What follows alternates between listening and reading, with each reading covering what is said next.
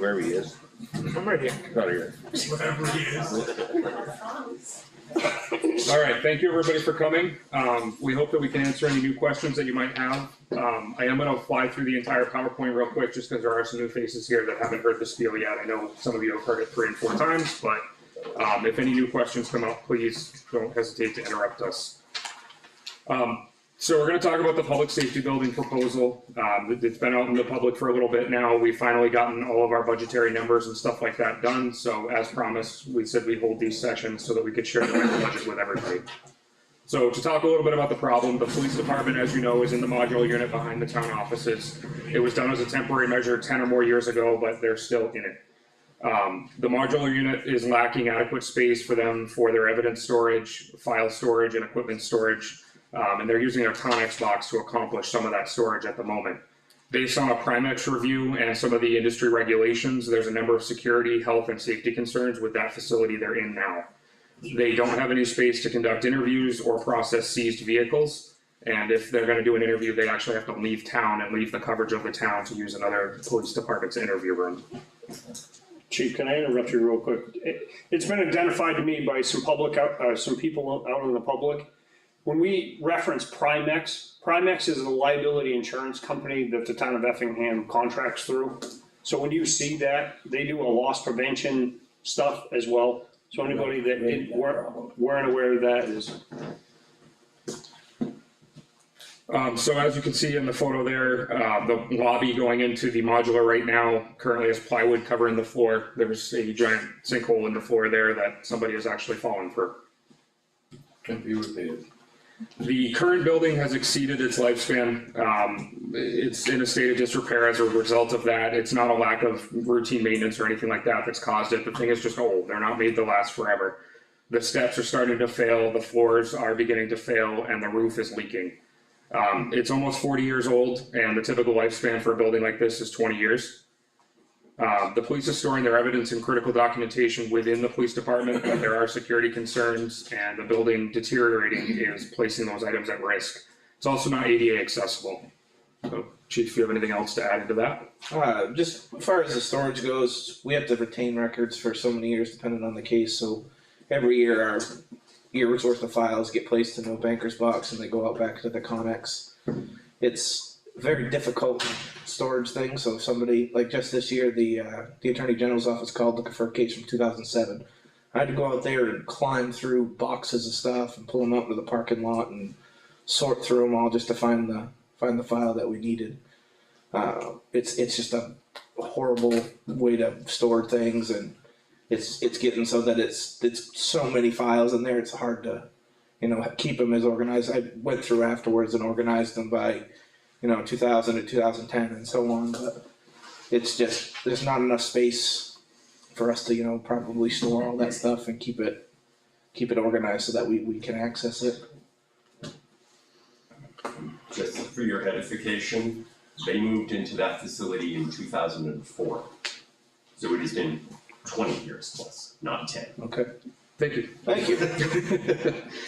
Onto the fire station. So it was built a number of years ago. I haven't been able to find an exact number of when it was built. Somebody in the audience might know that. Back when it was built, it was a strictly volunteer fire department. It was just meant to house vehicles and equipment, but it wasn't meant for any staff to be in-house. We do currently have staff in the station Monday through Saturday, 9 a.m. to 5 p.m. No, we always had the meetings in the firehouse. I was on the fire department for 35, 40 years. So, And we did, but the point there is people weren't working shift work in the building. we don't need it this time. I'll let it. So the current fire station, we do have 2 very small offices in the front. The on-duty crew can only be in the office 1 person at a time. It limits their ability completing reports, training, and things like that. The second office is my office. I don't have any usable space to meet with vendors, the public, or employees. If I'm dealing with an HR matter or something like that, it creates a problem because I don't have a private place to talk to the employees.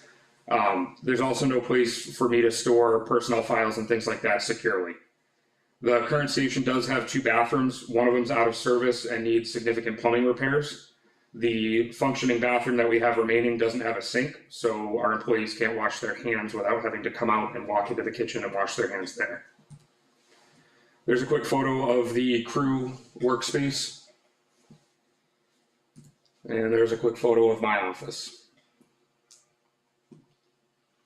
This is the bathroom that's out of service. As you can see, we have our gear washer as well as our clothing washer and dryer in there. Pretty tight quarters, but that toilet is out of service.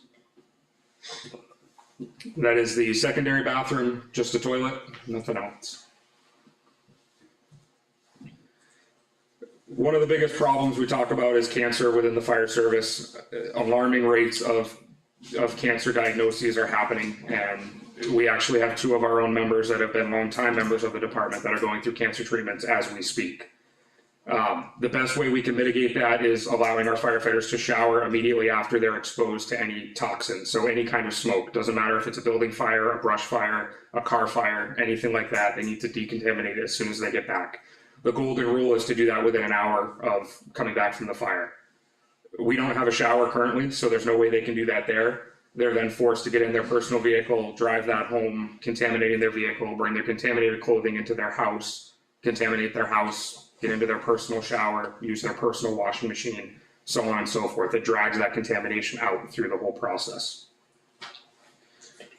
We do have an exhaust removal system in the fire station. It's limited in its capabilities and not all of our vehicles are connected to it. It just wasn't engineered for all the vehicles. So every time you start a vehicle, it's filling that apparatus space, which we also use for our meals and things like that with the diesel exhaust. Also, when we back the vehicles back in after a call, it doesn't automatically connect, so the system isn't functioning at all at that point. We do have a small kitchen. Again, it's open air to the rest of the apparatus garage, so the stove, the sink, our dishes, the counter, the table, it's all covered with dust and diesel exhaust and things like that from the apparatus running within the building. There's a quick little photo of the kitchen just showing it is open air to the rest of the building.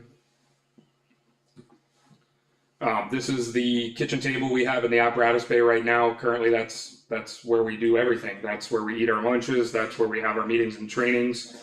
That's really the only meeting space we have within the building. We don't have any space for us to conduct meetings and trainings appropriately. Again, we have to sit at that table in the middle of the bay. That's really the only space we have, and we're sitting between apparatus. Along with that, it's extremely inefficient to heat it and cool it just because it's one big space. It's one big open garage. It's not well insulated and things like that. Primex came to the fire station November 25th of 2024 and did a complete walkthrough of the building. I'm going to go through some of their quick findings. I do have copies of the full report if anybody would like to see that. They did conduct an assessment of the police department a few years ago, but a lot of the findings were sensitive in nature, so we can't publicly share that document. They're talking here that our PPE or our turnout gear is in lockers that are open air to the rest of the garage. That turnout gear should really be in a room that is ventilated to the outside. Our gear these days will off gas after we come back from a fire. Even after it's cleaned, it'll still continue to off gas. And you don't want that off gassing happening in a space where you're also eating and things like that. Additionally, it's being covered in that same diesel exhaust and things like that, which deteriorates the gear itself over time. Back to the shower situation, Primex pointed that out as one of the highest items to tackle. We need some method of decontaminating our firefighters before they're leaving the station within that hour.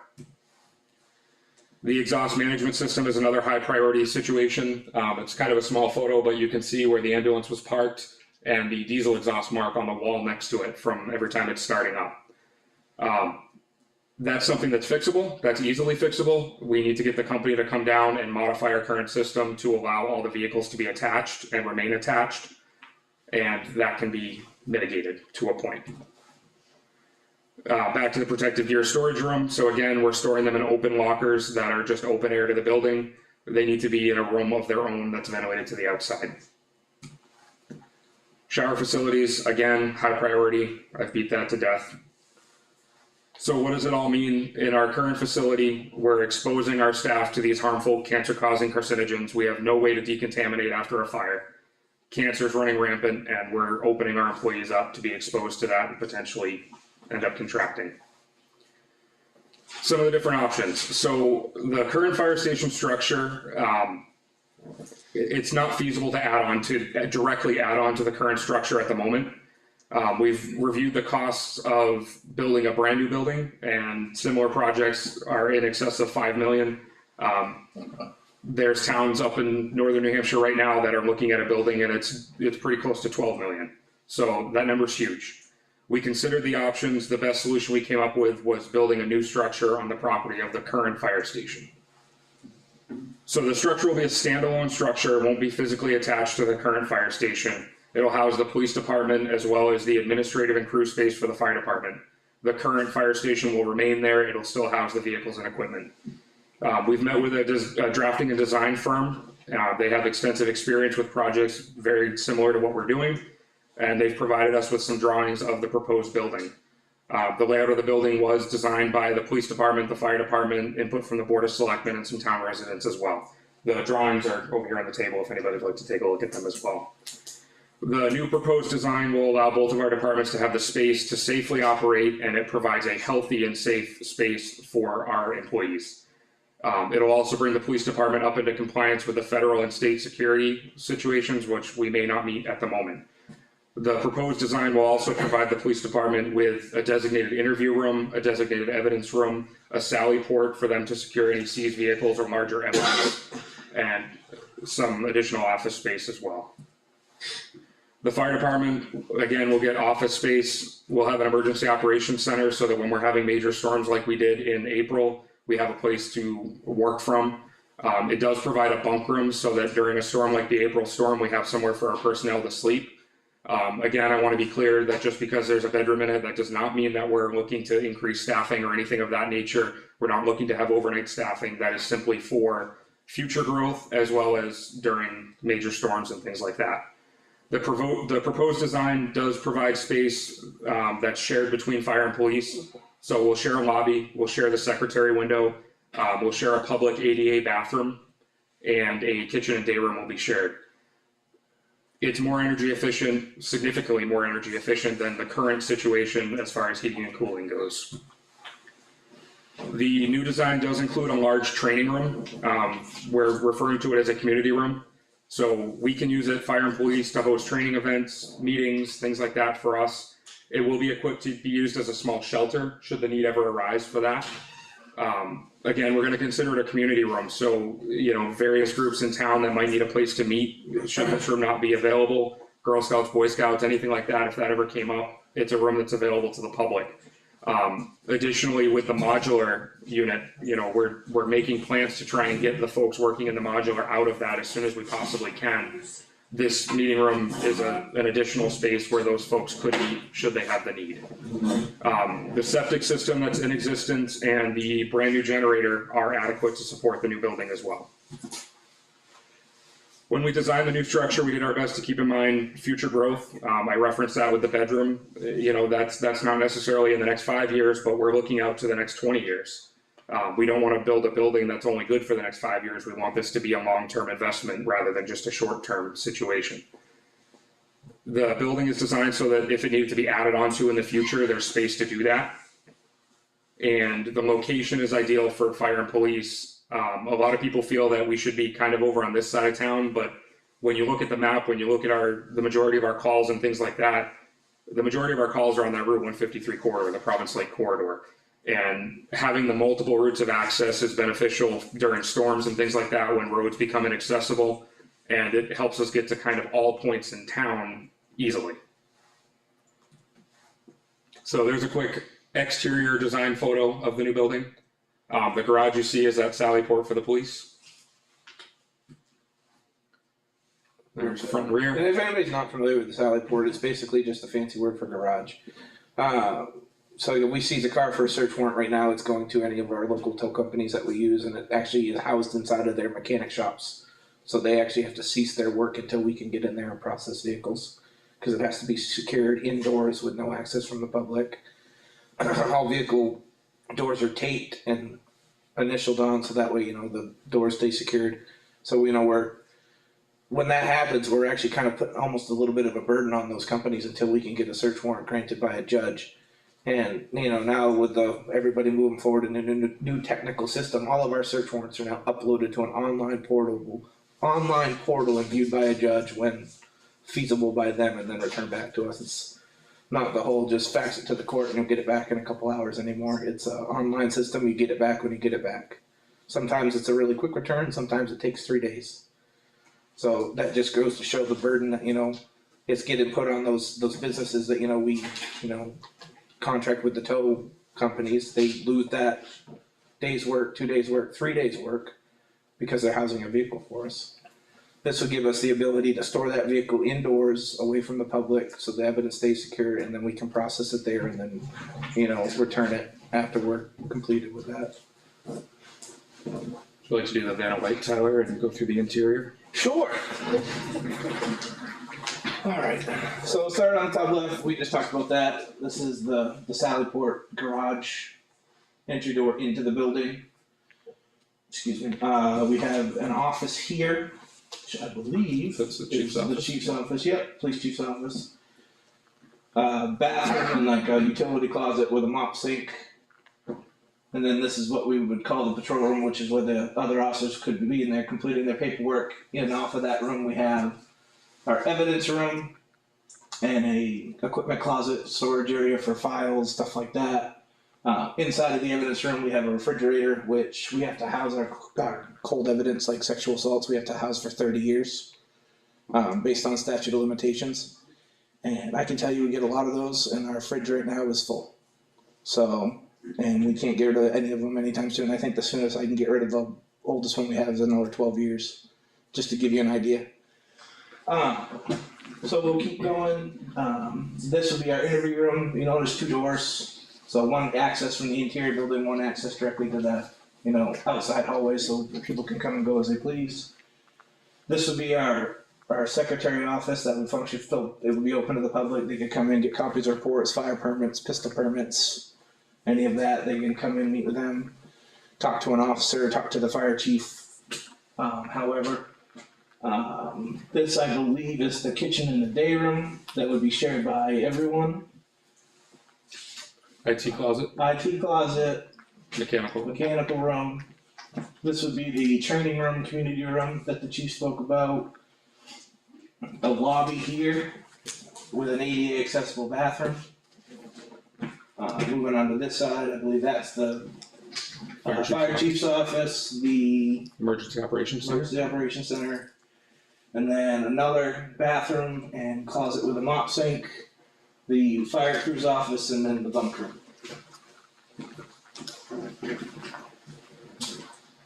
So along with that, the current fire station, so it's sort of part of the project, sort of not. A lot of it will probably be done by our staff in their own time with donated labor and things like that, but the bathrooms are gonna get remodeled. We're gonna create a single bathroom with a shower in the old fire station. That will be the decontamination bathroom, so that when you come back from a fire, that's where you have to clean up. We're working on getting an RFP out soon to get that in progress, regardless of the rest of this project, whether it passes at town meeting or not. The Prime Event system, we're gonna work on getting that corrected so it can be attached to all of our vehicles and function a little bit better. And then the work that I was referring to with donated resources would be building an exercise room in the back of the bay so that fire and police staff can do some physical fitness type of stuff while we're on duty. That helps ultimately reduces the risk of any on-duty injuries. We're also gonna construct a gear room to store the gear that would be ventilated to the outside, like we talked about. So why can't we just make all these changes now? Why can't we just stick with the building we have? So as we've highlighted already, we're extremely space limited with the current buildings, both fire and police. The bathroom renovations and the Prime Event upgrade are things that can happen now while we're occupying the building. But the rest of these spaces that we need just cannot fit into the current structure without major modifications to the current structure. We're gonna do the RFP for the bathrooms, and we're gonna work on the Prime Event, getting that updated for the exhaust removal. So why are we doing it now? The call volumes for police and fire have grown exponentially. No. The staffing for both agencies has become more consistent over the years. And these are problems that we've avoided for several years. We've kind of kicked this can down the road for several years. We've known it's gonna come up eventually. And now we understand the gravity of how significant these problems are. The longer we put it off, the more we're exposing our employees to these unsafe and unhealthy working conditions. And not only that, the more the cost is gonna go up every year we put this off. Just a quick little graph that shows our population growth. So, you know, we were stagnant for a long time and we're trending upwards. And this was as of the last census, so I would venture to guess that that's gone up another significant spike in the last couple of years. This shows the police call volume over the last couple of years. Again, you see them increasing every year. Fire and police both provide stats every month at the Board of Selectmen's meetings, and we're highlighting exactly what we're out there doing. So, you know, these are factual numbers and they're backed by the data that we present every month. Same thing with fire calls. So you can see we've trended upwards for the last several years, and there's no inclination that that's gonna change. Just jump in real quick. I know it's, everybody, you know, Effingham's a small town, quiet town. Just today, Lawrence was in it. There was a high-speed chase that came out of the town of Milton that came through Effingham twice. You know, it came all the way up 153, they turned around at Route 25 and went right back down. Thankfully, we were able to spike strip them, tire deflation device at Bailey Road, and the pursuit came to an end very short period after that. But that just keeps happening here, and I can't tell you how many times in the last, you know, 2 or 3 years we've had these types of, you know, chases through town, major events. I mean, just, what was it, last year? Same thing, there was a stolen vehicle that occurred in the town of Wakefield that, you know, crashed into a residence on 153 in Effingham. It's happening here. It is, everything's happening here, and it's starting to become more prevalent. You know, it's everywhere, but you know, it's becoming almost a normal, you know, every month or so, there's a high-speed chase or a major event within this town. It's starting to happen more and more, there's a growth in it, and it's just something that, you know, puts a strain on us for sure. I mean, just earlier, there was 14 police officers in that pursuit. Give you an idea of how many cruises were, you know, coming up and down the roads just in the town of Effingham. And from, you know, the fire side of things, I've heard the comments about, you know, why can't we go back to a volunteer fire department? Why do we need a fire department that's staffed and things like that? Volunteerism nationwide is gone. It's over. It doesn't exist. It doesn't exist anywhere. You can't find a department out there that can run solely on volunteer firefighters anymore because they're not there. It's not like the old days where, you know, you work for a mom and pop shop and you can leave in the middle of the day to go to fire calls. That doesn't happen. And people are working for a living and they're working multiple jobs for a living. The time to volunteer isn't there anymore. You know, you can find stats everywhere that document that. Volunteerism doesn't exist. And if you don't pay for the people to be there, they're not gonna be there when you need them. So that's the unfortunate reality of today, and that's what we're faced with. Grant funding's been another big topic. We've reviewed grant funding options. Right now, we don't have any viable options to fund the entire project. It's very difficult, it's very competitive, and there's really only one major grant program that would fund the full building. And the requirements of that grant are very, very in-depth, and they drive the way we build the building, the things that are included in the building, and it drives our build cost up significantly. And most grants are currently frozen. And most grants are currently frozen, that with all the stuff going on at the federal level right now. With that being said, there are private foundation grants. In the first hearing we had about this, a number of them were brought up. We are looking through those. We will still continue to look through those, and anything that presents itself, we will apply for. And if we can start paying for some of the components of the building with those grants, we will do that. And if that creates a gap where we've got some extra funding, we can apply that back to pay off the bond faster. Is the bond a good idea? None of us wanna put the town into debt. Nobody wants to do that. We fully understand that. There's risks with the bonds. We understand that as well. But when we weigh out our options, when we consider where we are with the current tax rate, with the school implications every year and things like that, the bond is gonna be the only way we can accomplish this project in a timely manner without asking for a huge amount of money in one lump sum from the taxpayers. We don't have years to wait to build up a trust fund or anything like that. We've gotta do something, and this is really the only way we can get it to happen in a reasonable time frame at a cost that is as reasonable as possible. None of us want to see taxes go up. We all understand that things are getting difficult, but there's a service here that both of our departments provide to the town. You know, and I guess it's tough for some people to understand if you haven't used the service or you don't need the service, but I compare it a lot to your car insurance. And, you know, just because you don't use your car insurance 1 month, you don't say, well, I can cut that out of my budget, I don't need it. Well, when you crash and they do help cover your car or your injury or whatever the case, you're certainly glad you had that there. Fire and police are kind of in the same ballpark with that, where you're not gonna use this every day. You know, it is a fair amount of money in the budget that you pay for both of our departments, but again, when you need our resources or you need our service, I would hope that you're glad it's there. So with that being said, we're trying to be fiscally responsible, we're trying to do this project as fiscally responsible as we possibly can. But our current buildings are putting our staff at risk, they are not healthy, they are not safe, and we're asking people to work in these subpar conditions, we're knowingly asking them to be in these conditions. So we have to mitigate that as well. The process of the entire project, so we had a small work group, we did a number of meetings with this group, it consisted of a whole bunch of different people throughout the town. Mike Pilkowski, who's here in the audience with us today, has become our project manager for the project. He has a huge background in this and knows way more than any of us ever will. He's kind of captained the whole thing. So anybody that wants to get involved with any of this, you know, contact myself, contact Chief Eldridge. We're happy to let you get involved and share information as much as we can. With that being said, Mike has obtained vendor quotes from reputable services that he's used in the past. They're local to the area. They're not final, and should this project be approved, they will go out to RFP before we officially select a vendor. I just want to make that clear. Price increases, we know how everything goes right now. Look at the cost of eggs. So in the budget we're about to show you, we did build in a 12% contingency as well that would account for any overruns in cost.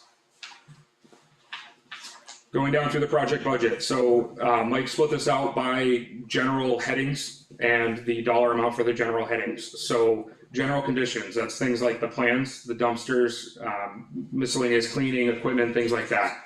$60,925. Earthwork, that's demolition, that's well work, that's septic work tying us into the current septic, any groundwork and any paving, $99,440. Concrete work, that's the foundation, the slab, the apron, things of that nature, $42,534.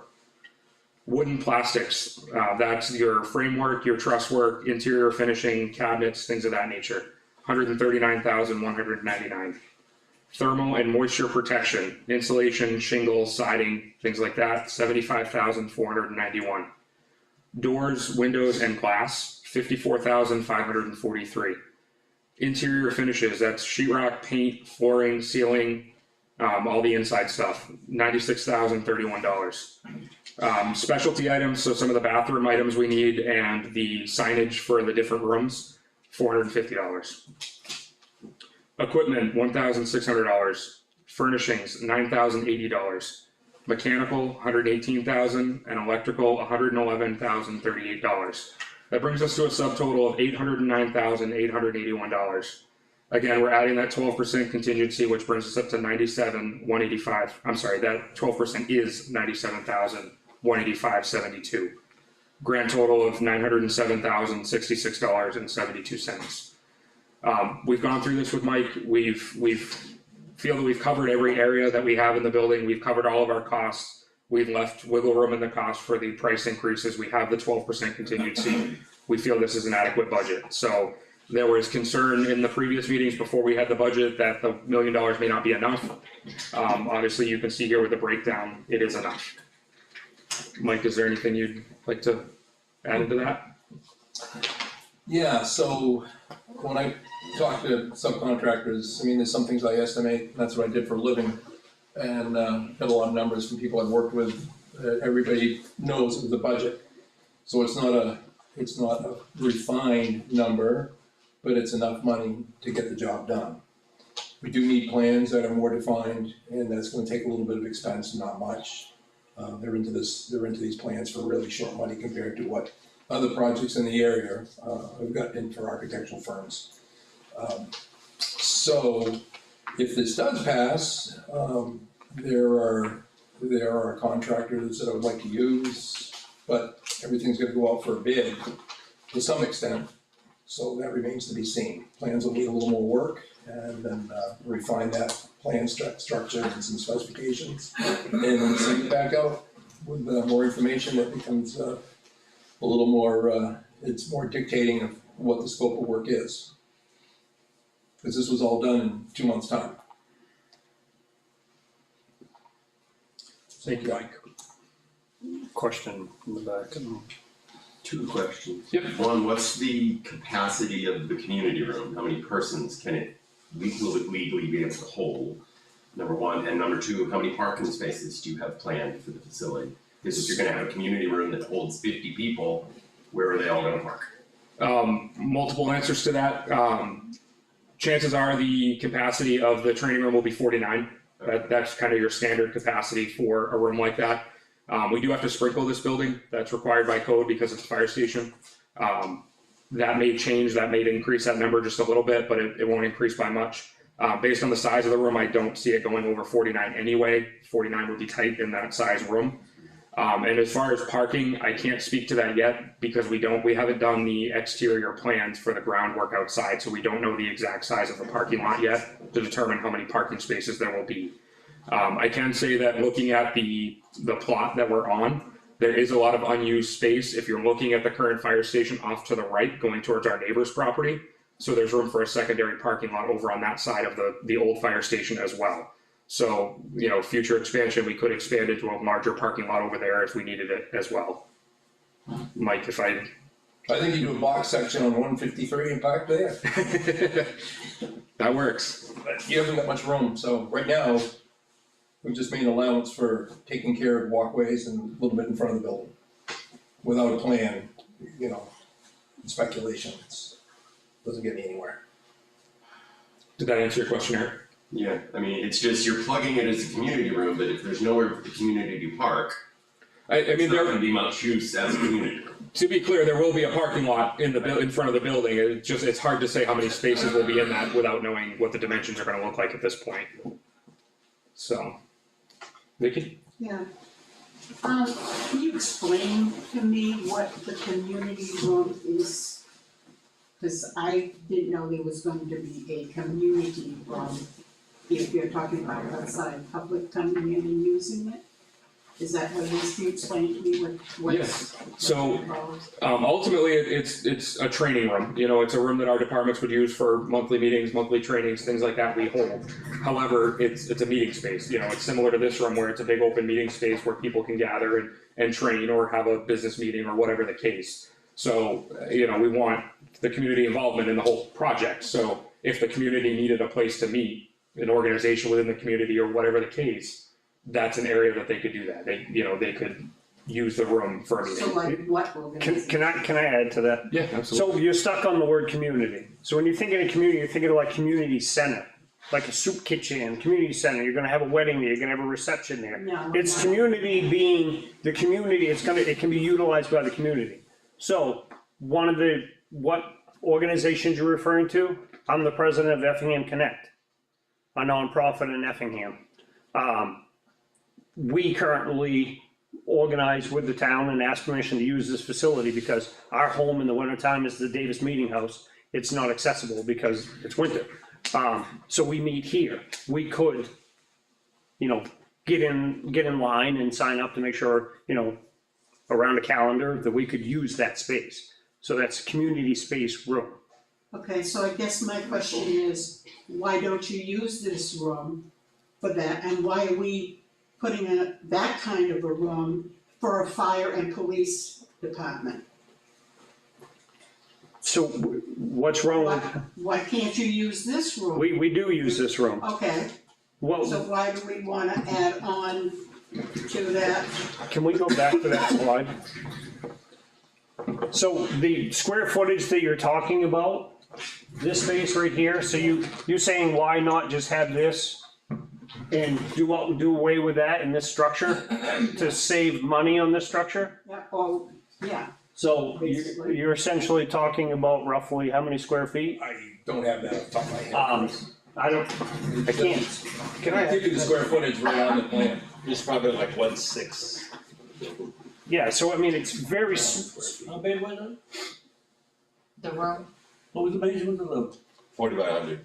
The total building is 40 by 100, yes. Total building's 40 So by that's 26 by, Well, it doesn't have the square footage right on that room, where he's got it labeled. oh boy, Anyway, the space that's there, 528. there's still, that space is gonna be utilized for training of the fire department, the police department. So they still need that space for their training. So you're talking about all the members of the fire department, members are, How many members are there? they're currently 14, In that ballpark, yeah. 15 What? This, But active. active members Can I add to that? with future growth. And as far as our training goes, so we're held to a standard by the Hampshire Police Standards and Trainings out of Concord.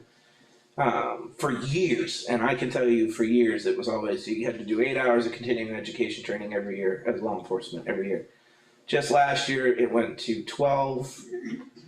This year it's 16, next year it's 24, the year after that it's 30. So they're upping it every year because the state's going for an accreditation.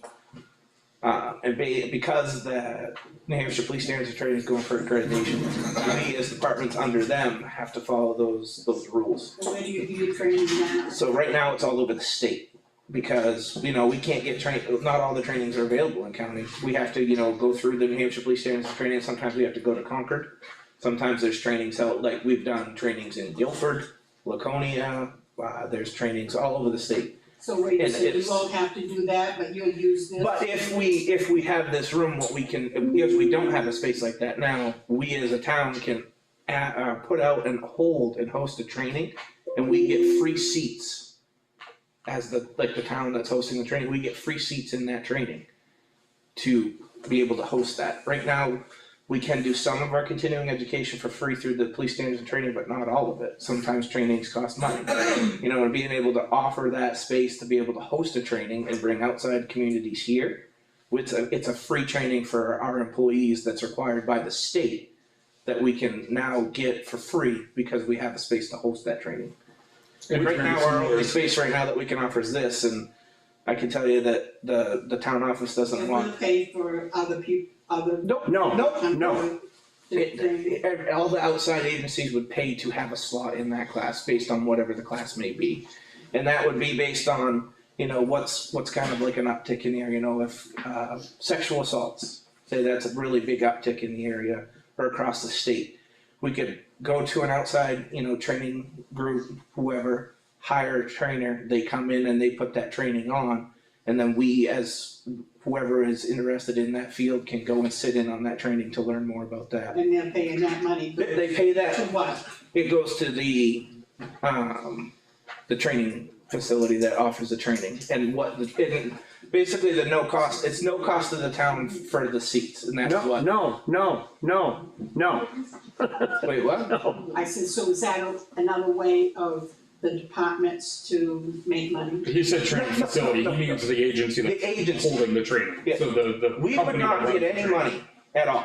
All the money would go to whoever is putting on the training, whoever we actually ask to come in and host the training. We're only the one hosting it, we're not the ones Or putting it we're on. hosting it and the town is paying to Nope. have the room for them to help to host the. We wouldn't pay a Am I not dime. understanding? We wouldn't pay a dime. It's Well, we're paying for the building. correct.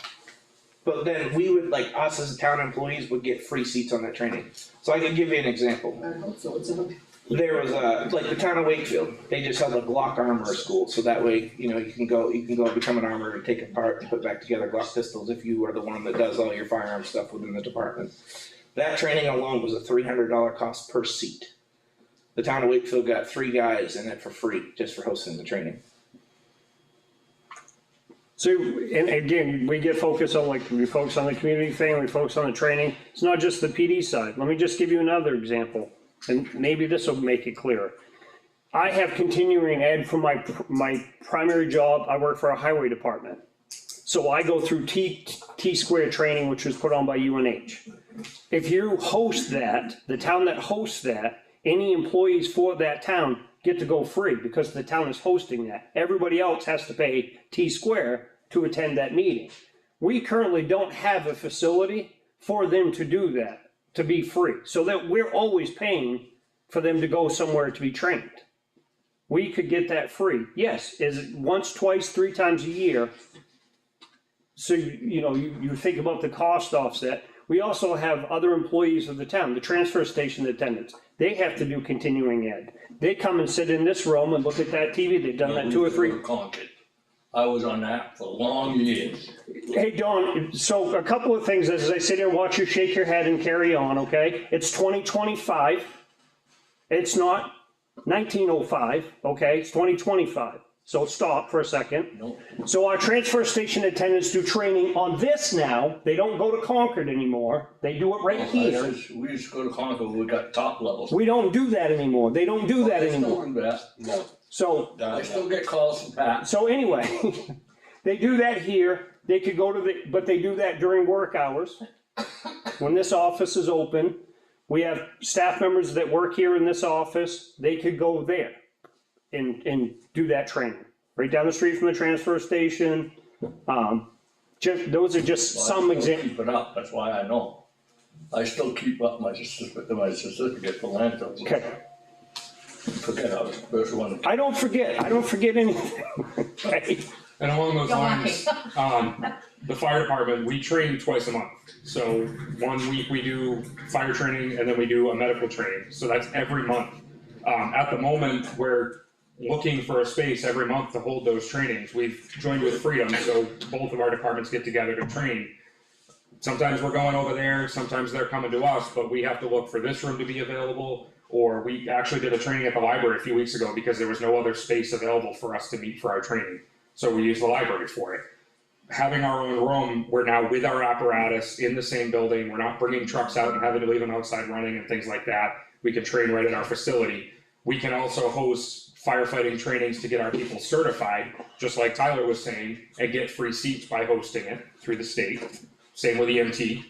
All those requirements we have for these people coming in, we can do locally now in our building if we have the space. Can't you take the trucks out and use that building? Depending on what it is, and we do that as well. I would think in the summertime especially, in fall, Right, spring. and we do that a lot, we do our trainings I in the bay. thought I had seen them out. Absolutely. It just becomes tough when we're doing interactive trainings where we might have a PowerPoint or videos to watch and things like that. We don't really have a space inside the garage area to do that. The practical stuff, the hands-on stuff, it's a perfect space for that. We can drag hose on that floor and not have to worry about damaging it and things like that. We do train in the building, but we need more of the classroom side to cover that side of our training. Most of all the training we do these days earns you continuing education credits. So you have a test, you have to go through the bookwork, you have all that stuff. It's a whole other aspect of it. There's a number of hours required every year for those of us that have EMS licenses. We have to do a number of continuing education hours every year to keep that license. So we provide that, but we need the space to do it. How many people do you have when you train or have those, what As is it? far as like if we go to an outside, If you go somewhere, how many people attend this? I'll give you an example. So last year I went to a training in Guilford for a week. It was a 40-hour class. I got a supervisor certification. I think there was upwards of 25 or 30 people in that class. And that's not including the instructors or anything like that. Usually if you're gonna host a training, it's a relatively large scale. It's not gonna be 3 or 4 people. They usually have a minimum of however many seats need to be filled for them to do it. And if you're inviting Freedom with all of you together, how many is that? Typically our training's 6 to 10 people with both departments together. That's why it's beneficial to us, because if it was just our department, it might only be 3 or 4 people depending on availability. If we do it together, now we can get 6 to 10 people. It's a better training because we can actually get hands-on and do things with more people. And one thing that, we're trying to do, because we know the strain, everybody across the county knows the strain of the training and everything like that. So the sheriff's office has actually been really proactive in trying to put on some trainings every year to help the continuing education. Their only available space is the meeting room at the county annex. And that's only available, every now and then. But if we, if this passed and we had that space, we would be able to, host them and, all the different departments within Carroll County can come to that training and, get those continuing education hours that are required by the state. It's just another space that, all of our mutual aid partners that we can, work together and use those different spaces. I just have one more thing to say. I don't begrudge you guys what you're trying to do. But, you both want raises. You want over $1 million building. And we're all getting hit with numerous taxes. So it seems like maybe you should have done 1, not 4, and hit us with all of it. Just something to think about if it doesn't go through. Plus, I don't know what you're gonna do here, because we haven't been told yet what's gonna happen, but you keep saying, you know, you brought it, you know, had to bring it in, that you're working out there and it's so bad, but we still have people out there. Well, that to me doesn't work. If I could just address that, because that's been brought up several times. So, Yeah, by me. not, and other people, not saying that they're any less than anybody else, don't get I me wrong. didn't say that, no. No, I'm saying, Okay. okay? He's full-time, our sergeant is full-time, we have part-time officers, we have a part-time administrator Mhm. in that room. We have a zoning officer that's in that room, the other half of it, 1 day a week. 1 day a week. Not every week.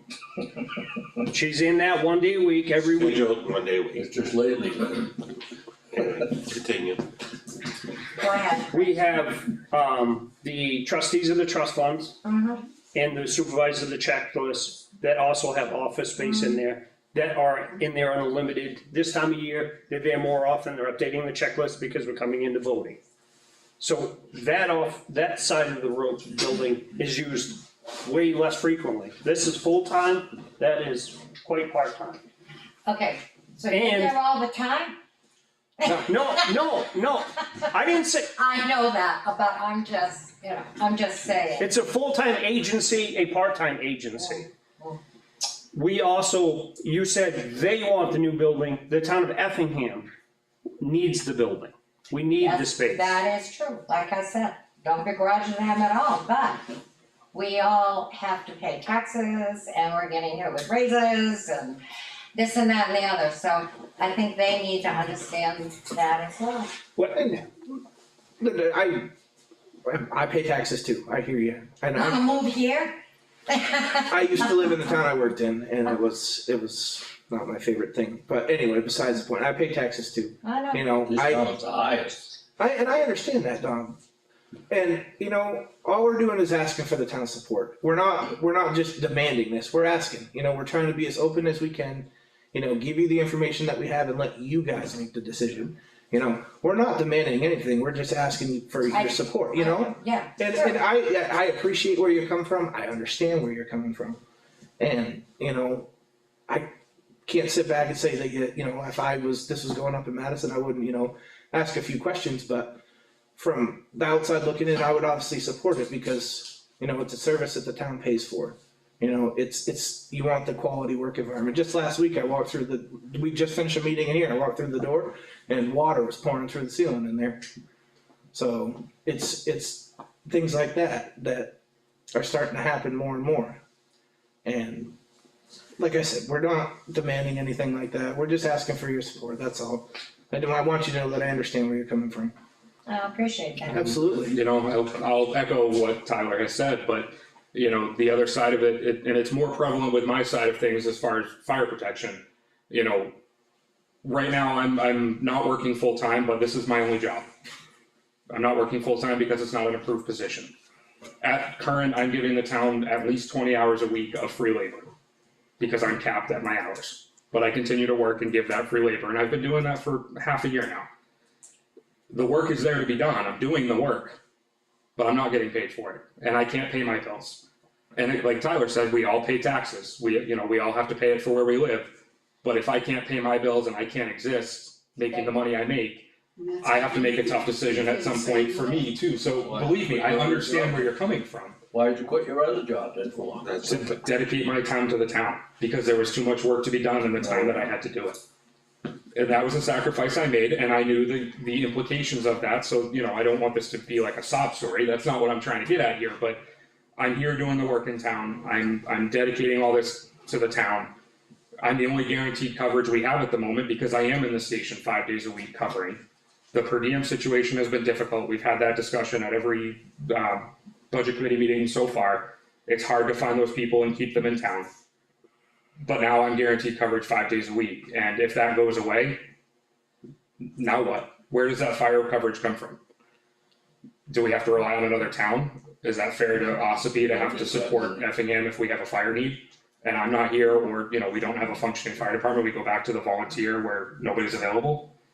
It's just, you've gotta, those questions have to be there, and again, I understand the tax situation, but it's a service, and if the town wants the service to continue, there's gonna be a cost to keeping it alive at its bare minimum. You don't think that maybe adding on to the building this there might be a better way for all of us?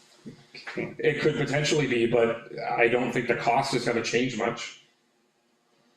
By the time you start I would reconfiguring add on. buildings, I mean, Oh, boy. We cannot add on to the back, we cannot add on to the front. So the only, because of boundary lines and 153. So the only other option is to go sideways off in the existing building.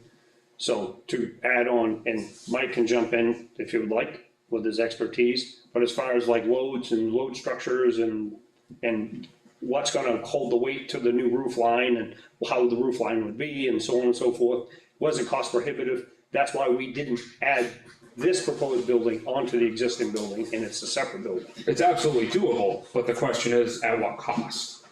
You know, whereas now we have this new structure that can be added onto in the future, should the growth continue, and 10 years down the road, 15 years down the road, we say, oh, now it's time, we need more space, now we can add on, now we can get rid of the other building and combine them into one, whatever the case. But that can be down the road, and in the meantime, we get ourselves into a better situation where our employees are safe. Yeah, I know, I realize all that, but we have a lot of older people in town. Right. And you wonder how many people are gonna be able to stay in their houses, so we. I understand that too, I Okay, understand that too. Another problem in this town, the kids won't stay here. That I know. There's nothing to keep them here. Nothing to do with this place. You know, the jobs aren't here and things like that, so yeah, that's a No, good they point. just don't like it. I know every kid, his brother's kids never stayed here. Nobody, kids don't wanna stay here.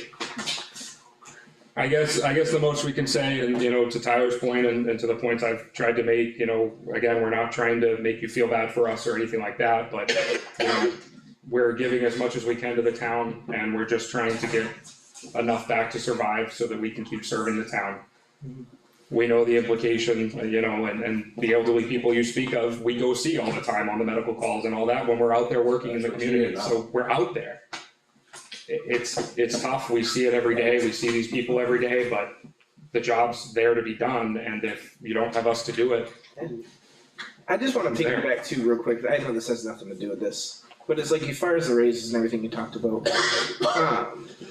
I did, you know, weeks of research before I even came to the town with the proposed raises for us. And I'm not asking for a lot for either one of us, if you really look at the outside looking in.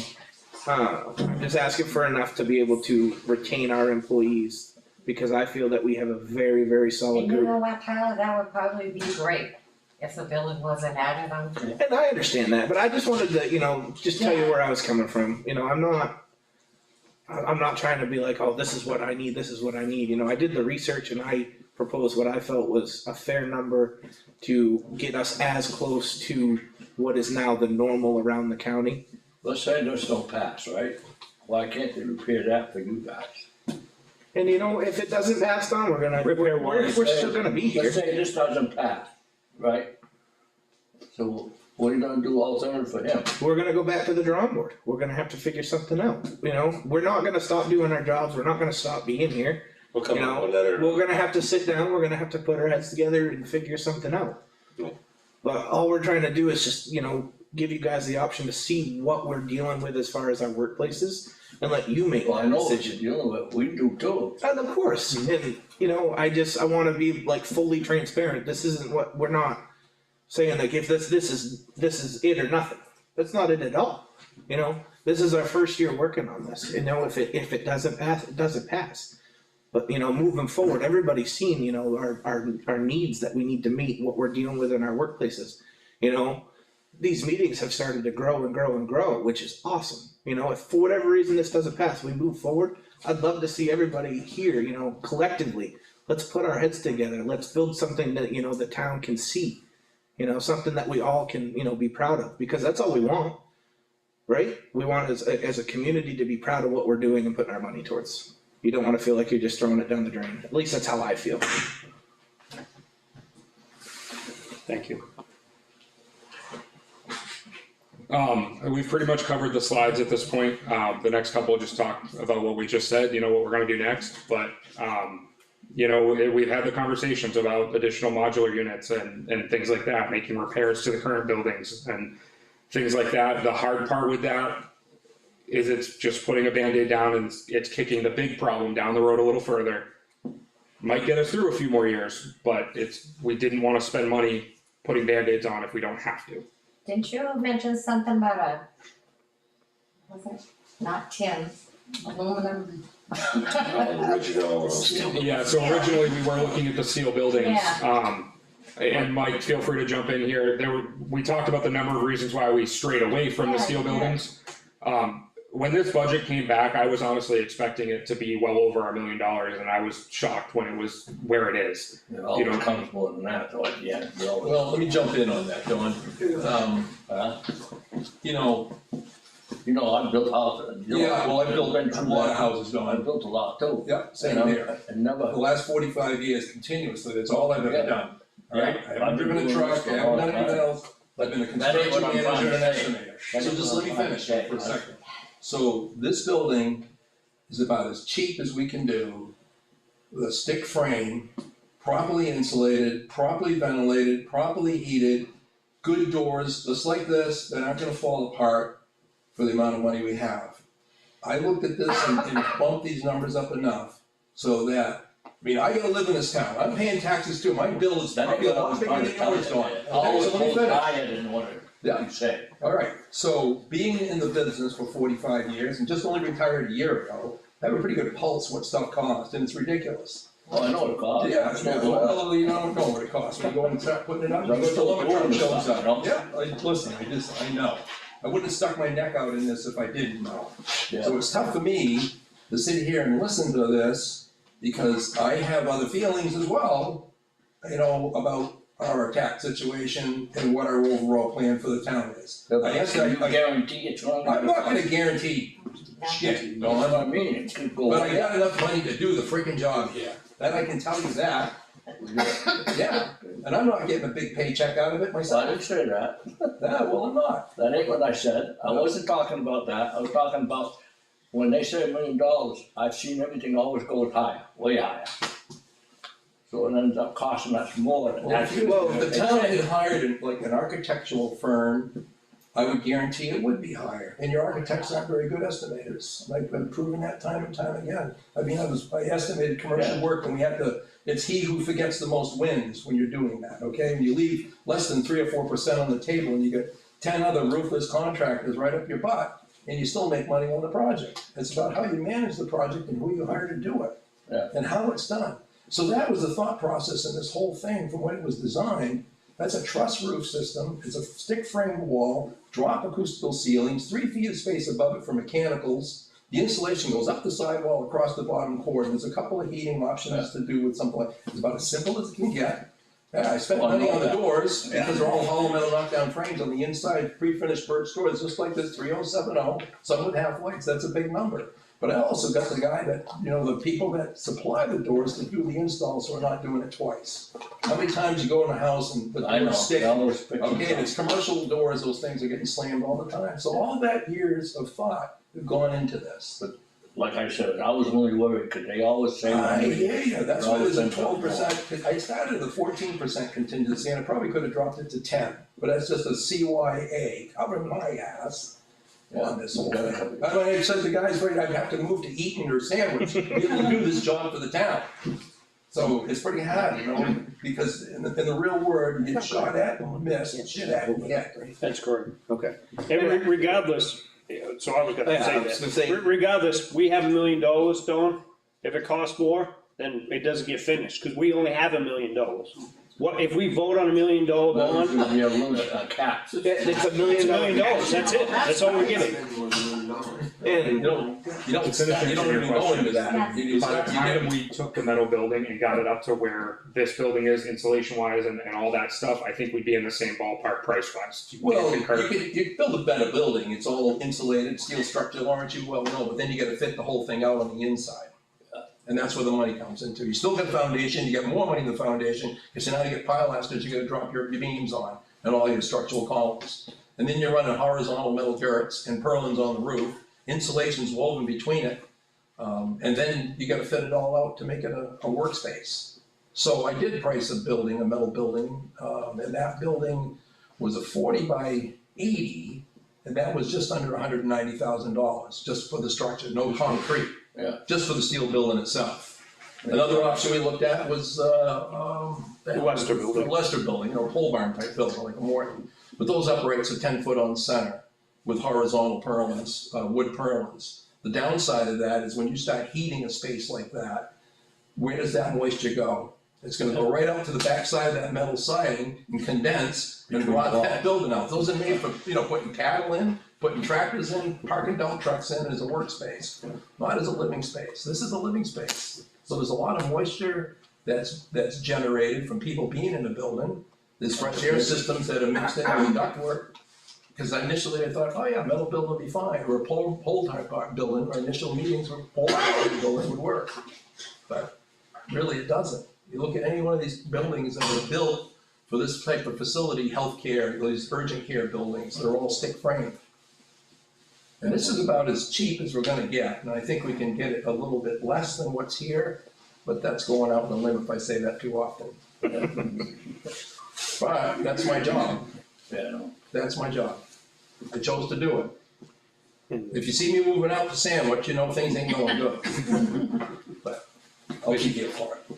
So if this doesn't go through, what are is there a plan to do this at another time? I mean, if it was just because of the money we can't do it? Well, like we kind of said, we're back to the drawing boards, and that's Get the where. same plans, or do you have to do No, everything I mean, all over again? I can't speak for everybody, but I think we'd be bringing this entire group in and saying, what do you want? If the proposal we made didn't work, so what do you folks wanna see that wasn't what we had? So, I mean, we'd be back to the drawing Well, why boards. didn't we start with that before? Was- To a point we did, but we limited the group when we first started out, and I know that sounds off, but the problem is you get too many opinions in a room and you never make a decision. And getting something ready for town meeting, we didn't have that time to have 400 opinions and sort them down. So, we did kind of limit the group, we did make every meeting open to the public, we announced it at every selectmen's meeting, so anybody could have come. But we didn't widely ask people to come in and provide different opinions. The space that you see is presented is greatly needed. That isn't gonna change. It's the time frame. What I'm hearing from Linda in particular and you folks is the timing of that cost. Correct. The unfortunate thing is how much is that gonna cost next year or the year after that? Who knows? Everything. We know it's not gonna be $1 million, right? We know it's there. I know we don't have a crystal ball, but it's not going down.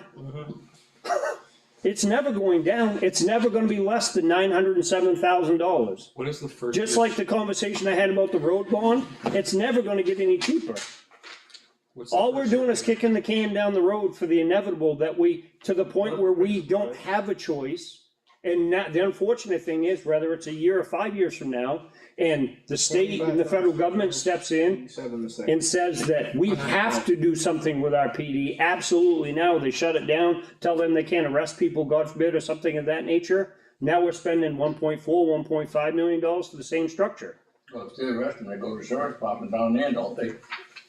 No, what he's saying is if they come in and do a compliance check on us, if we're not within compliance, they can tell us that we can't operate out of that building anymore. 100%. Those are certain things that we just can't say in public, Yeah, I know. but I wasn't. it gets to a point where, that it kind of goes in that direction.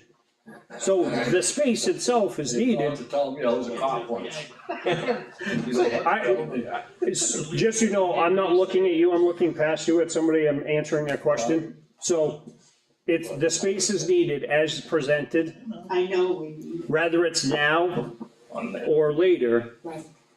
that's not gonna change. And a lot of the reason that we kind of put it together, this presentation together as swiftly as we did is because we thought about that, the rising costs going down the road. And I'm just gonna go back to what I said, you know, we put this together with what we have now and, you know, put it in front of all of you just to show you everything we're looking for and just asking for your support. We can sit here up all day and argue about, you know, why we need it. Of course you guys can all see that. We're not saying that you can't, Right. you know, and I understand where you guys are coming from as far as. Well, we're not talking about why we need it now necessarily, we're talking about what are the other options moving Yeah, forward. and I'm just saying, as far as cost wise, you know, we worked pretty swiftly, I will say, a lot of man hours into this to try to get this to be able to be presented to you guys before town meeting. And we came down to the wire, but we got it, And thank you very much, Mike. Yeah, And to Mike. your son, Lee, as well. but I mean, we have the bond, I mean, do we have the bond information, JT, that we can put up? What do you wanna know? I've just so everybody can see it, just as far as like, I have it right So it's here. not this one? Is it level principal? No, level debt, I have 55 the cents, wrong one. first year. If I can find it, I will put it up. And when we went through when Chris explored all the bond bank and everything like that, you know, we went and looked at, 4 different options on the bond itself as far as level principal, level debt, 10-year, 15-year. 10-year, 15-year. 15 years is actually more expensive because the interest rate goes up from 3.25 to 3.59. So it actually, you pay more in interest over the extra 5 years, so. There was a lot of different, you know, things that were looked at as far as that goes. And this is the one that we feel would be our best fit. Oh boy, hold on, sorry. There you go. So this is just the breakdown of the payments, and you'll see the interest rate. And it's fixed, I believe, right, Chris, if the bond is accepted? Correct. Okay. Yes. And so the interest rate wouldn't change. And everybody knows that interest rates are. The other factor too is that first payment isn't due until February of 2026. So we're into next year before that first payment is due. And actually, I would assume that will bounce back a little more when we actually executed the, Yeah, and the first payment in 2026 so the first payment, is in February, but that's actually just the interest. So it's $25,000 in February, and as you can see, 101,000 in August. Because the interest start date is October 11th on this form. so based on when we actually executed this contract, we likely wouldn't even be making the first payment until after the 2026 town meeting. We're darn close to it. Can I ask, what is the projection on when the building would be done if it is voted in? Mike? We don't wanna be in winter conditions, so by the time the road bans are off 153, we get about 5 months. 27? It's a kick ass, but it's not a tough building to build. The walls are prefab, so. Well, they're not prefab, They're not. built. No, these So would it be, Sorry, would it be Go there. out of ballpark to say by next winter? yes. So roughly by next winter, right? The early bird catches Yeah, the we worm wanna be in winter too. conditions, I don't wanna be heating that building temporarily, we'll get you guys in there, we gotta get a roof on it, it's a wood frame, wood sheathed, vinyl sided, steel insulated doors on the exterior, overhead door with an operator. Inside that building, to be able to contain the insulation, the whole bottom quarter of that truss will be 5/8 plywood. That gives the opportunity to fasten ductwork, sprinkler, everything else to that along to the bottom cords. The insulation layer comes up the sidewalls and across and down again, R21 in the walls, another R5 outside of that, an R35 in the space across the bottom. And there's 2 inches of styrofoam under the slab and styrofoam against the frost wall on the inside. We do have the opportunity to go with radiant heat, but, you know, and that is I've got a good proposal for that, using heat pumps and everything else and with gas supplements in the furnaces, which would be ideal. If anybody wanted to put solar panels on, it would, probably the building would run on its own, except for. Do you want a copy of that? I'm sorry to cut you. Do I want a copy of I'm that? sorry, I shouldn't have cut you off. No. I was talking to the gentleman behind you that's writing down that information. No. Yeah, I can print this off. So, anyway, doing it as efficiently as possibly can. So when, I get back to your point of bad timing with everything else going on, I mean, effectively, we're not making the first payment until after next year's town meeting. But it's, you know, Who knows what will be then? time to force. Right, and that could go either way, maybe we'll be in a worse position next year, but at least all this other stuff has already happened, you know what I mean? My house is that way too. You're not making a payment this year as well, so One in the corner there, by you, I know that doesn't necessarily make it easier, but hardly costing. Eric, Is there any sort of like site plan, just, I mean, I know this, you mentioned the size of the building and all that, but how is it sited on the All right. property? We have that for you, I'll say, just for you, Eric. I'll say, Mike came prepared, So you have to come up and take a look, see. right here.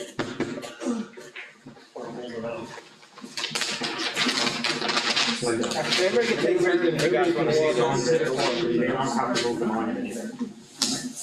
That would be a really good thing, I think, for a lot of people. This is our. This is a 20 scale, this is the It needs some second plan. TLC though, anyway, so no matter what that is, they move it, but yeah.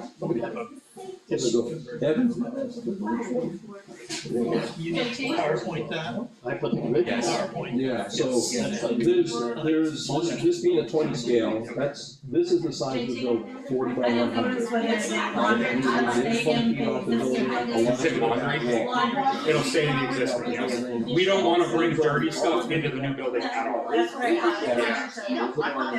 There's a tank, there's a leach field.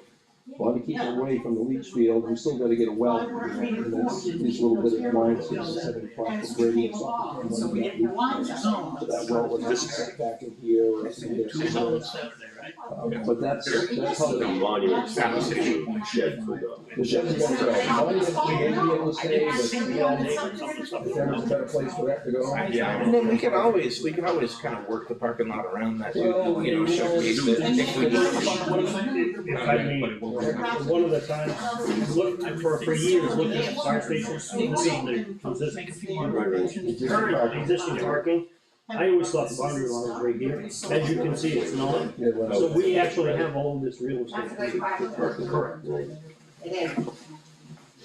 And you said the well is gonna move, right? Well, the wells, this is a dug well. This is a dug well. Kevin said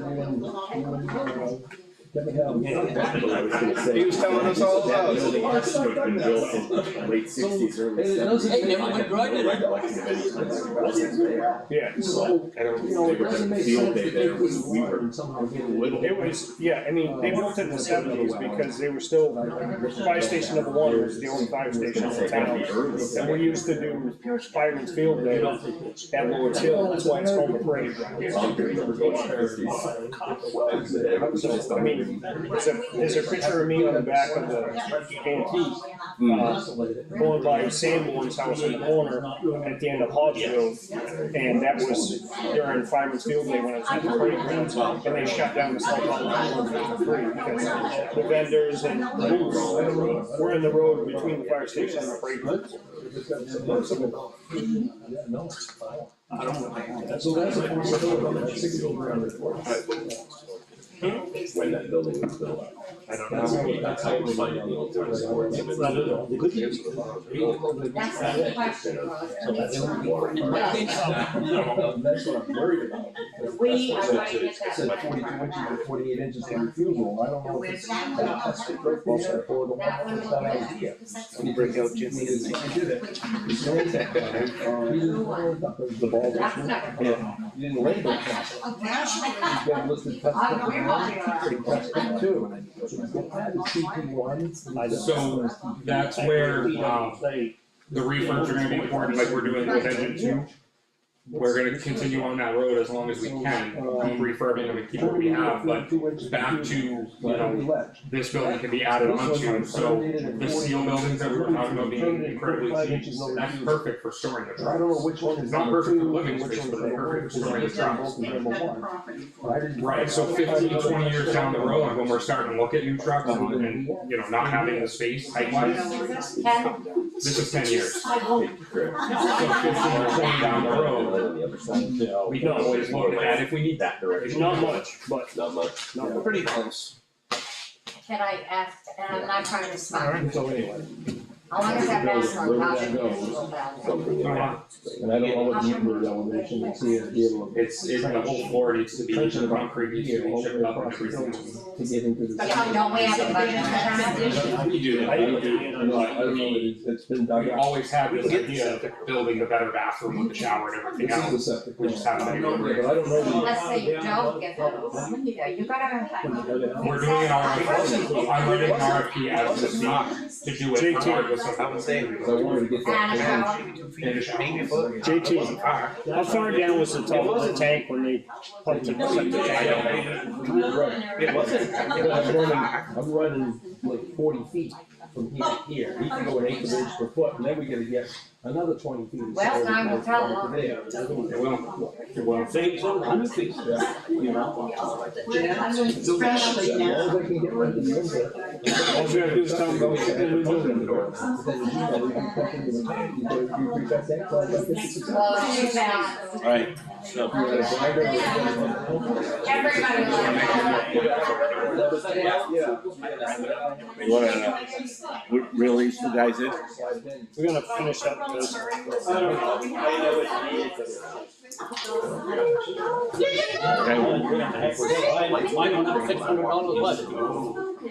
Go dig up another one of your uncle's fucking coffee cans in the woods.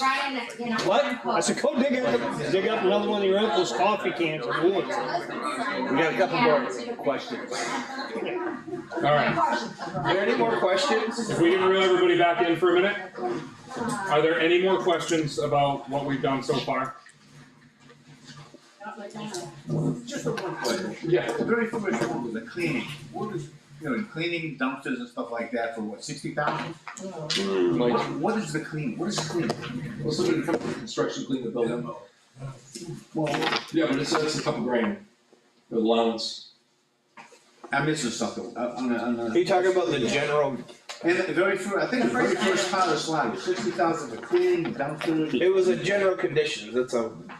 Yeah, but So this is broken out, in what's called an architectural division of standards. Right. There's actually the 50 some odd divisions.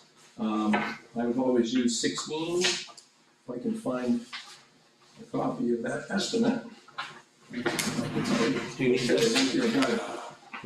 So, general conditions consist of project management, supervision, plans and specifications, dumpsters, temporary toilet, temporary facilities, safety barriers and signage, cleaning and equipment rentals. Those trusses aren't going up by hand, they're gonna go up with a crane. There'll need to be a man lift on the inside to sprinkle work and other things that are on there, you're gonna break a 4,000 square foot slab, that's what it is. Cleaning, I put a budget of $2,000, you'll probably get the thing clean for like, $850 or $900. But I thought I seen a figure of $60,000. That was the total for that general conditions line item, yeah. That's the total. So I'm thinking, when you're gonna dig in for that slab, you can clean everything out of the way. No. Yeah, I know what you're talking It's a finished building. You just add numbers. It's a finished It's a building. general cleaning. You all get done with construction. Okay, It's not the cleanest thing in the world. Yep. So if I build a house and somebody's coming to professionally clean that, all your cabinets and everything else, when you come in, it's done. I was looking at cleaning as the landscape part of it, you know. Okay. It's been, That would be under earthwork. okay, it's just a different I was looking at, okay. Okay, that answers That that. answers it. Thank you. Any more? Alright, so if Wait, anybody comes. wait. The modular out there, Yeah, are you gonna demolish that modular if this goes through? No. So is there any money in the budget to fix that modular? He just said the roof's leaking.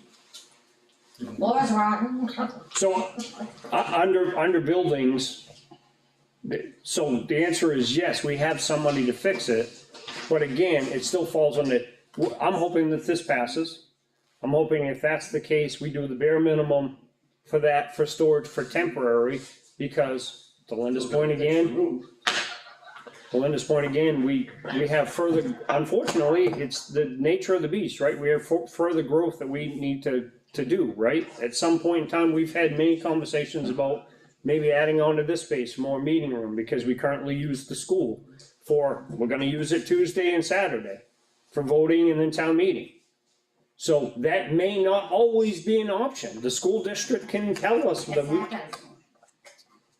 What? that we haven't had, and, one year we didn't have this road voted. Correct. There was something going on, wasn't there? You're right. Right, in the state of New Hampshire, and the Secretary of State's office did not like us because of the footage. Then build us a new building. It's not how it works, they call them unfunded mandates, Yeah. so. Mhm. So, to touch on Chris, we're gonna wait till after the town meeting, see if it passes and everything else, and then if it does pass, we're gonna look at this building. We're not tearing it down, but we're gonna see what we can do to make it last for a couple more years. So we're gonna let it leak for another year before we start. It was No, Leak's been taken no, care of. taken care of, it's already been taken, It's been taken care of. Right? it's taken care of. This So leak the was, leak's been fixed. yes, So It was the other day basic- you see it. Yeah, I walked right in here and told them, and it's been taken care of. So who fixed it? I have to ask them. basically it was, ice built up and everything else. There is another leak that was a couple years ago we had to Yeah, fix? it was a good gallon of tar, Apparently, we it's been fixed it. leaking years of that floor's rotted out. Yeah, well, that was before my time, I don't it's know. a completely different area, Yeah, it's like completely 30 different corners of the building. I put the plywood down, so that's all I The know. leak the other day, for clarification, was on the back stairway that we used to come into the building. As soon as you walk through the door, it was right above your head. And let's not, I mean, it's a 40-year-old double wide trailer. That Some was, people in town are still living in them. they do, but they didn't have Mine's 1972, I'm still living there. Sorry, Chris. It looked like to me that, looked like to me, maintenance. Yeah, that's what it was lacking. There's a plan. I The mean, hard part with that though is. sit there and let it leak to the floor roses so you go down through it. Well, was it leaking when you were? Did you fix the roof when you were a selectman? Yeah, I was just gonna ask that. Touche. Looked at every one of the town's buildings and wrote a report on it, and that building out there, the only thing it needed was a metal door. So you go in that office and you look it up, and you'll see that we went through every one of the buildings, and every one of the, whatever was wrong with the building is in that report. So again, I'll state, where the roof was leaking was in that corner, where that hole was identified is in this corner. So it wasn't rot or neglect on this board's part that floor rotted out. There was unforeseen damage in that roof that's, because again, it's 40 years old. It doesn't matter how old it is, if it had the maintenance it needed, would have had new shingles put on, wouldn't be leaking. Okay, so basically, we're not gonna get anywhere. with No, we're this not. right now. Shingles have to fix that. Yeah, That's in Linda? My place, Linda? 1972, it's Yeah, still in good shape. I was just wondering, how many acres do we have here? What's the frontage and It's how many acres? 2.58, 2.5. something like that. 2.5. Here? I'll tell you right now. 2.5? Here Yes. at the fire station. No, Here. here, Here up at back, the time. up back. Yeah, this whole, Enough Linda to do a nice view right off the back of this with parking around the Why back. don't we just scrap everything, just do it all out there? Cause we can't. Oh, well, we might have Still to. gonna cost money. Yeah, but at least it'll be people out and we won't have a modular out there. Well, I agree with that. so just, Linda, have a look, this is a little bit of an eye opener. Here's a satellite view, of the municipal building and the modulars all behind it. You see the red line all around it? Mhm. That's your lot, that's Okay. your lot line, Yeah. alright? You blow that up. So there is room to put There is a something lot of around it. yeah. And it's all flat, it's all single. And it already has a septic and a well, This has a septic. and a well. This piece of land, right? We'll be utilizing the septic for this, the existing septic At the fire station. at the fire Both station. places have septic and wells, right? Well, I put an allowance in for the well because that's a dug well. That's been there for a long time, it's functioned very, very well Did you dig? for a well. I done that well back in the 60s. 18 I put the building 1860s? back in the 60s. Yeah, yeah. And I cleared that field, which is there, that we blasted. I can't even figure out how good I can get water out of that That was done well, back in the building over to the new building, so I allowed for a well. It's a worst Okay. case scenario. Long time ago. But the usage won't be over huge, but it works, that well works for that fire station now, the apparatus. And there's still gonna be something in there, it'd be better to have a well that you can depend on. Never went dry. Just- No, it hasn't. We're rock behind now, we're about 600 feet. Are you really? Any other questions? I'm ready to go home.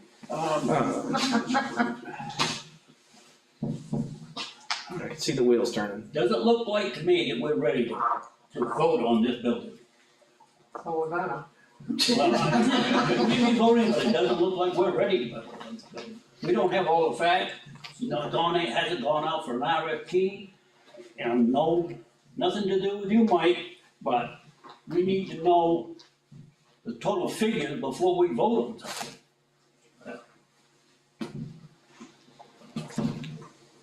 Don't shoot the messenger.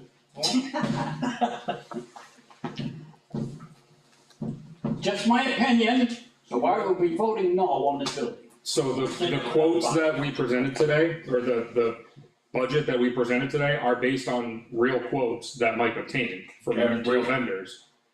However, because of our town policy, we will have to put it out to bid prior to awarding anything. And, I mean, we can't commit vendors and put it out to bid before the project is approved, so we couldn't do an RFP before the project's approved. How do you know what it's doing cost if you don't do it before?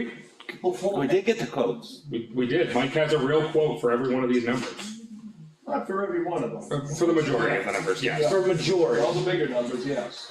And whatever he didn't is an educated guess, and I trust his mind. So you have a builder, they give you a quote.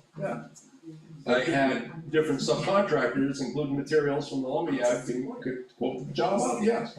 I have frame numbers, I have concrete, I have earthwork for around the building, I have, paint, sheet rock, acoustical ceiling, mechanical, plumbing, electrical. Yeah, but this is all done by one person. No, No, subcontractors.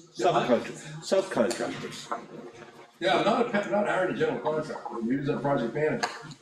Out of a ballpark figure, Mike, how many different This is gonna be companies subbed out did you get quotes from? Well, I think it different might parts be of 10 or this, 12 will in be here. subbed out to different contractors.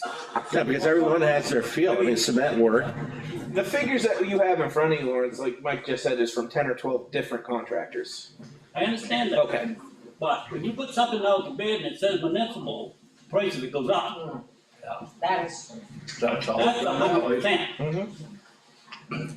So I'm not knocking you, Mike, I know you've done a lot of work, I'm not knocking, I'm just saying Municipalities. that And I couldn't inflate the numbers because again, it was he who forgets the most wins, because they had to bid it.